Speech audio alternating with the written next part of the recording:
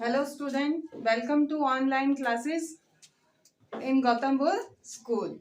आज हम हमारे टॉपिक विद्युत धारा के चुंबकीय प्रभाव को रीड करेंगे। इससे पहले हमने पढ़ा था कि जब विद्युत धारा का प्रभाव, पहले हमने लेसन विद्युत धारा पढ़ा था।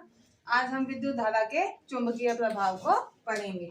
तो हमने यहाँ पर देखो एक परिपथ या सर्किट बना रखा है। इसमें हमने एक बैटरी जोड़ी है, उसके श्रेणी क्रम में हमने अमीटर को जोड़ा है। अमीटर के साथ में हमने एक प्रतिरोध और यहाँ पर हमने एक धातु यानी कि किसी भी धातु का एक तांबे का तार ले लिया। उस तांबे के तार के साथ में यहाँ पर हमने क्या जोड़ दी, एक कुंजी जोड़ दी। अब हम इसमें क्या करेंगे, विद्युत धारा को प्रवाहित करेंगे। तो विद्युत धारा जैसे कि हमें पता है हमेशा एनोड से बहती है।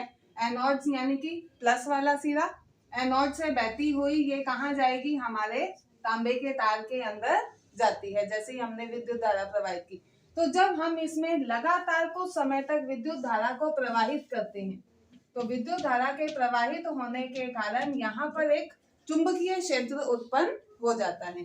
जब किसी भी परिपथ में लगातार कुछ समय के लिए विद्युत धारा प्रवाहित की जाती है तो उसमें चुंबकीय गुण उत्पन्न हो जाता है प्रवाहित करने पर। और इस चुंबकीय प्रभाव के कारण जब हम उसके पास एक दिक्सूचक सुई को लेकर के जाते हैं, किसको लेकर के जाएंगे, दिक्सूचक सुई, जो कि हमने यहाँ पर हमारे चित्र के अंदर बना रखी है। ये हमारी क्या है, दिक्सूचक सुई है। इस दिक्सूचक सुई को जब हम इसमें लेकर के जाएंगे परिपथ के पास में, तो दिक्सूचक सुई जो है वो विक्षेपित हो जाती है, यानी कि उसकी दिशा में क्या हो जाता है, विस्थापन हो जाता है। तो इस बार जब हम इसको धारा को प्रवाहित करेंगे तो दिक्सूचक सुई में विक्षेपन जब प्लस से बहते हुए एनोड से आ जाएगा तो इसमें विक्षेपन जो है वो बाईं ओर हो जाता है।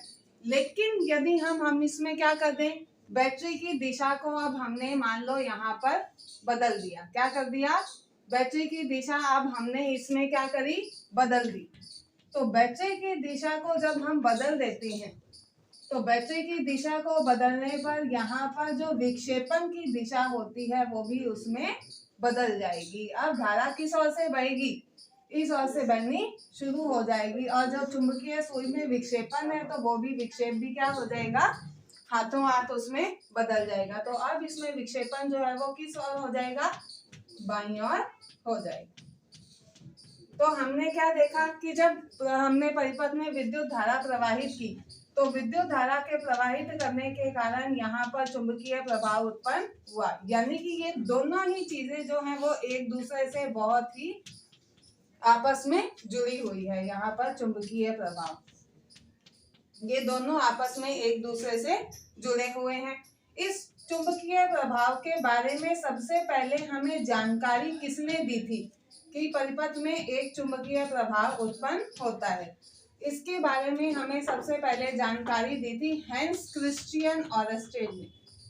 किसने दी थी, हैंस क्रिश्चियन ऑरेस्टेड नामक एक वैज्ञानिक थे जिन्होंने हमें चुंबकीय प्रभाव के बारे में जानकारी दी थी।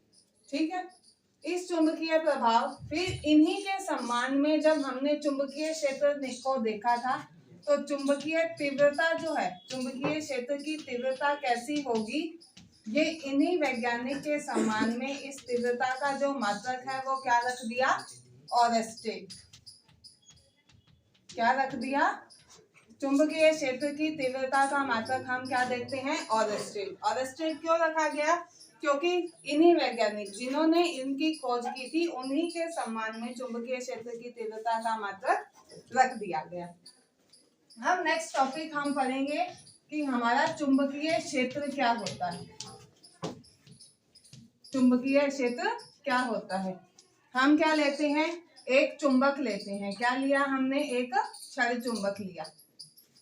हमें पता है कि चुंबक के अंदर दो ध्रुव होते हैं, एक उत्तरी ध्रुव होता है और दूसरा क्या होता है, दक्षिणी ध्रुव होता है ना।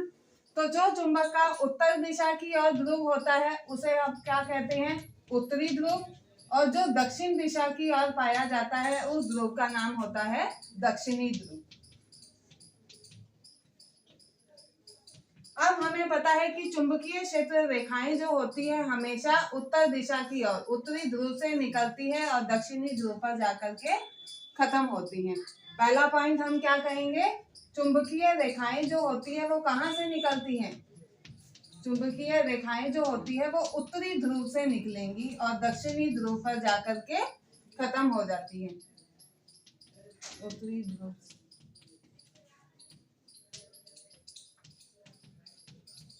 तो ये देखिए ये चुंबकीय रेखाएं इस ओर से यहाँ पर निकलती हैं, उत्तरी ध्रुव से निकलती हैं और दक्षिणी ध्रुव पर जाकर के खत्म हो जाती है। लेकिन जब हम चुंबक के अंदर की ओर देखते हैं तो चुंबक के अंदर की ओर इसकी दिशा कहाँ से हो जाती है, दक्षिण से लेकर के उत्तर की ओर हो जाती है। तो बाहर की ओर हमने देखा ये उत्तर से दक्षिण की ओर जाती है, लेकिन अंदर की ओर जो चुंबकीय रेखाएं होती हैं, अंदर की ओर ये चुंबकीय रेखाएं जो होती है दक्षिणी ध्रुव से निकलती हैं और उत्तरी ध्रुव पर जाकर के समाप्त हो जाती हैं।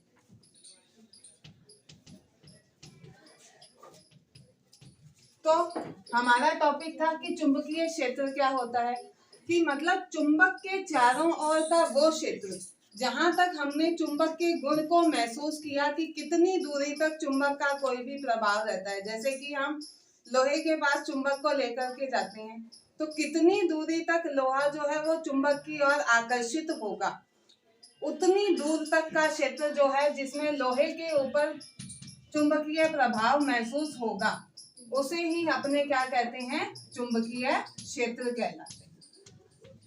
जहां तक चुंबक का गुण लोहे को महसूस होगा वो उसकी ओर खींचता रहेगा, उसके जहां तक उसने लोहे पर आकर्षण बल डाला उसे क्या कहते हैं, चुंबकीय क्षेत्र। और हमें पता है कि जितने भी जब दो ध्रुवों को एक दूसरे के पास लेकर के जाएगा, दो ध्रुव अगर हम समान ध्रुवों को एक दूसरे के पास लेकर के आए, जैसे कि ये हमने एक चुंबक बनाया, इसी चुंबक के पास अगर हम दूसरे चुंबक का दक्षिणी ध्रुव लेकर के जाएंगे, कौन सा ध्रुव ले गए, ये चुंबक है, दूसरा ये हमने छड़ चुंबक बनाया। अब जब दोनों चुंबक के दक्षिणी ध्रुव एक दूसरे के पास आ जाते हैं तो दोनों जब समान होंगे तो समान होने के कारण वहां पर क्या होगा, प्रतिकर्षण, दोनों ध्रुव एक दूसरे को दूर हटाने की कोशिश करते हैं, दोनों में प्रतिकर्षण बल लगेगा।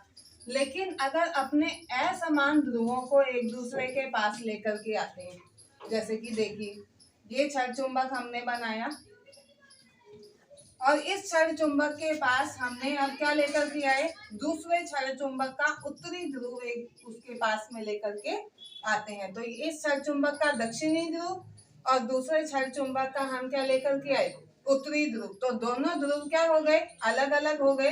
तो असमान ध्रुवों में हम यहाँ पर क्या कह देंगे, आकर्षण बल होता है। इस आकर्षण बल के कारण दोनों ध्रुव जो चुंबक जो है वो एक दूसरे की ओर खींचे चले जाते हैं। तो जी 5-10 मिनट